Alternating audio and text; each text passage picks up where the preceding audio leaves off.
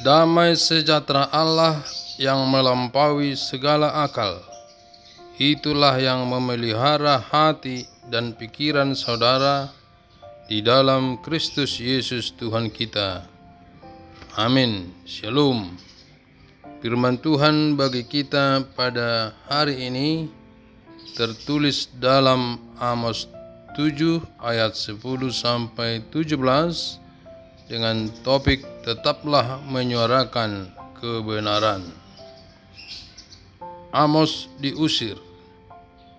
Lalu Amazia imam di Betel menyuruh orang menghadap Yerobeam raja Israel dengan pesan, Amos telah mengadakan persepakatan melawan tuanku di tengah-tengah kaum Israel. Negeri ini tidak dapat lagi menahan segala perkataannya. Sebab beginilah dikatakan Amos, Yerobeam akan mati terbunuh oleh pedang, dan Israel pasti pergi dari tanahnya sebagai orang buangan.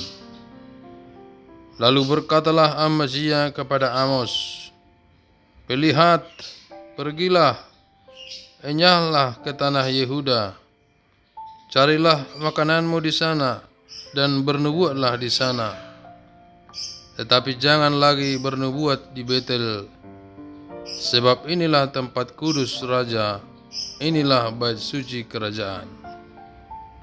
Jawab Amos kepada Amazia, "Aku ini bukan nabi, dan aku ini tidak termasuk golongan nabi, melainkan aku ini seorang peternak dan pemungut buah ara hutan. Tetapi Tuhan mengambil aku dari pekerjaan menggiring kambing domba, dan Tuhan berfirman kepadaku, pergilah, bernubuatlah terhadap umatku Israel. Maka sekarang dengarlah firman Tuhan. Engkau berkata, janganlah bernubuat menentang Israel, dan janganlah ucapkan perkataan menentang keturunan Ishak. Sebab itu beginilah firman Tuhan, istrimu akan bersundal di kota, dan anak-anakmu laki-laki dan perempuan akan tewas oleh pedang. Tanahmu akan dibagi-bagikan dengan memakai tali pengukur. Engkau sendiri akan mati di tanah yang najis, dan Israel pasti pergi dari tanahnya sebagai orang buangan." Demikian firman Tuhan. Saudara-saudara, di dalam nama Tuhan kita Yesus Kristus, Amos adalah wakil Tuhan untuk menegur Israel Utara yang dipimpin Yerobeam yang menyimpang dari jalan Tuhan bersama imamnya Amazia, tokoh agama yang berpihak kepada kecurangan dan kejahatan.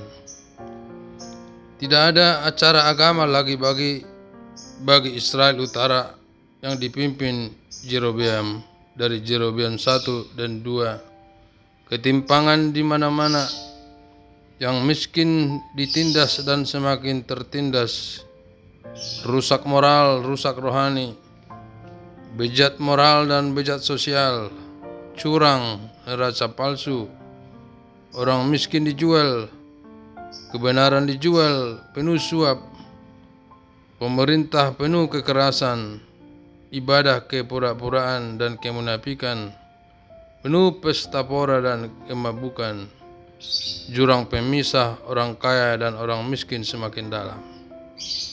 Oleh karena itu, Tuhan menegur bangsa Israel melalui Amos dengan beberapa penglihatan. Pertama, belalang, kedua api, ketiga bakul, dan tali sifat. Ini dapat kita baca dalam Amos 7 mulai dari ayat 1. Penglihatan pertama adalah belalang. Inilah yang diperlihatkan Tuhan Allah kepadaku. Tampak ia membentuk kawanan belalang pada waktu rumput akhir mulai tumbuh, yaitu rumput akhir sesudah yang dipotong bagi raja.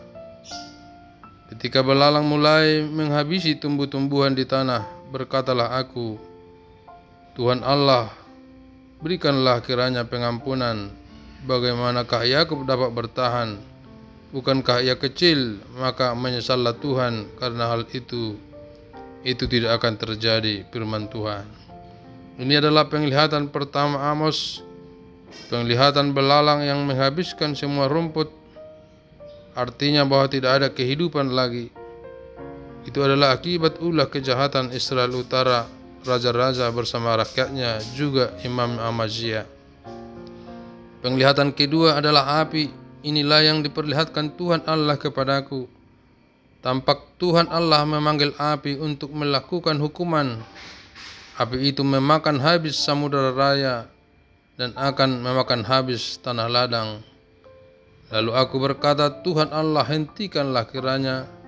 Bagaimana Yakub dapat bertahan? Bukankah ia kecil? Maka menyesallah Tuhan karena hal itu. Ini pun tidak akan terjadi, firman Tuhan Allah. Penglihatan kedua ini adalah api yang menghanguskan segalanya, meluluh lantakan karena kejahatan Israel Utara dengan Raja Yerobeam dan imamnya Amazia. Penglihatan ketiga adalah tali sifat.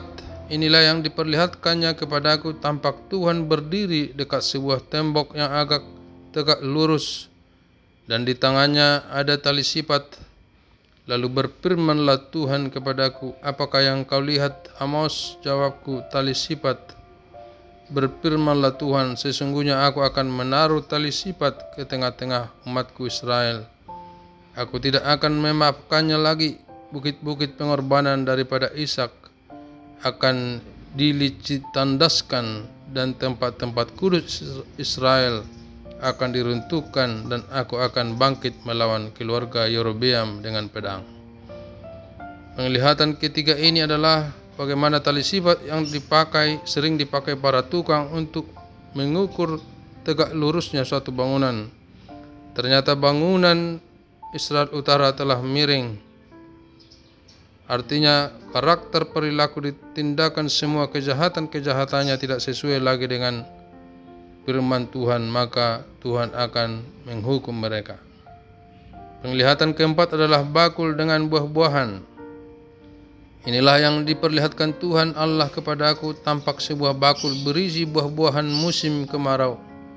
Lalu berfirmanlah ia, apakah yang kau lihat, Amos? Jawabku, sebuah bakul berisi buah-buahan musim kemarau. Berfirmanlah Tuhan kepadaku, kesudahan telah datang bagi umatku Israel. Aku tidak akan memaafkannya lagi. Nyanyian-nyanyian di tempat suci akan menjadi ratapan pada hari itu.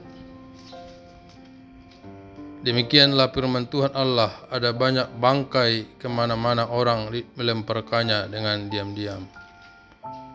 Inilah arti dari penglihatan keempat ini, bakul dengan buah-buahan, bahwa ada banyak bangkai di mana-mana, orang melemparkannya dengan diam-diam. Tandanya banyak kematian-kematian. Saudara-saudara dalam Yesus Kristus, inilah penglihatan-penglihatan yang dilihat oleh Amos, bahwa hukuman Allah akan dilaksanakan. Dan Allah berkata, aku tidak memaafkan mereka karena kejahatan mereka, akan meluluh lantahkan dan menghabiskan semua, termasuk Imam Amazia, tokoh agama yang tidak mau menegur kejahatan tetapi bekerja dengan Raja Yerobeam untuk menindas rakyatnya dengan menumpuk kekayaan sendiri. Amazia adalah imam kepala yang mendapat gaji dari Yerobeam.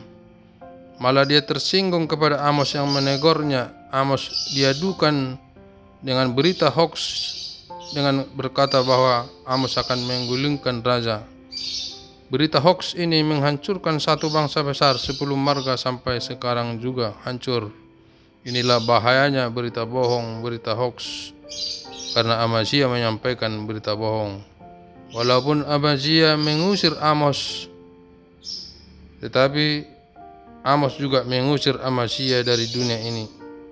Jika Amazia mengusir Amos dari Betel pulang ke Tekoa, kampung halamannya, Amos juga mengusir Amazia selama-lamanya dari muka bumi ini. Amos dirasa menjadi ancaman bagi Amazia. Amos dianggap ancaman bagi kerajaan Israel Utara, padahal Amos menubuatkan hal yang benar. Nubuatan terjadi tahun 722 sebelum Masehi. Asyur menghancurkan Israel Utara. Asyur meluluh lantakan Israel Utara. Asyur menghancurkan, membunuh Yerobeam bersama anak-anaknya. Bahkan Amazia dihukum menjadi jatuh miskin dan istrinya menjadi perempuan sundal untuk memenuhi nafkah kehidupannya. Inilah hukuman Allah bagi orang-orang yang tidak patuh, yang menyimpang. Kita membaca Amos 5 bagaimana peran ibadah yang munafik, nyanyian korban bakaran, moral bejat, eksploitasi orang miskin. Maka Amos menubuatkan supaya bertobat, kalau tidak akan dihukum, akan terjadi kehancuran, dan Raja Yerobeam akan mati beserta anak-anaknya. Ayat 9. Kitab Amos ini adalah kitab perjuangan terhadap penindasan orang miskin. Kitab Amos ini adalah supaya keadilan itu bergulung-gulung, supaya tidak ada ketimpangan ekonomi, supaya sistem peradilan yang baik, jangan seperti zaman Yerobeam dan Amazia, bagaimana ketimpangan ekonomi, sistem peradilan yang rusak, bagaimana ketidakadilan sosial, bagaimana kehancuran-kehancuran. Inilah pesan-pesan khotbah bagi kita pada hari ini. Kiranya keadilan Tuhan dan kebenaran Tuhan tetap disuarakan. Tuhan Yesus memberkati. Amin.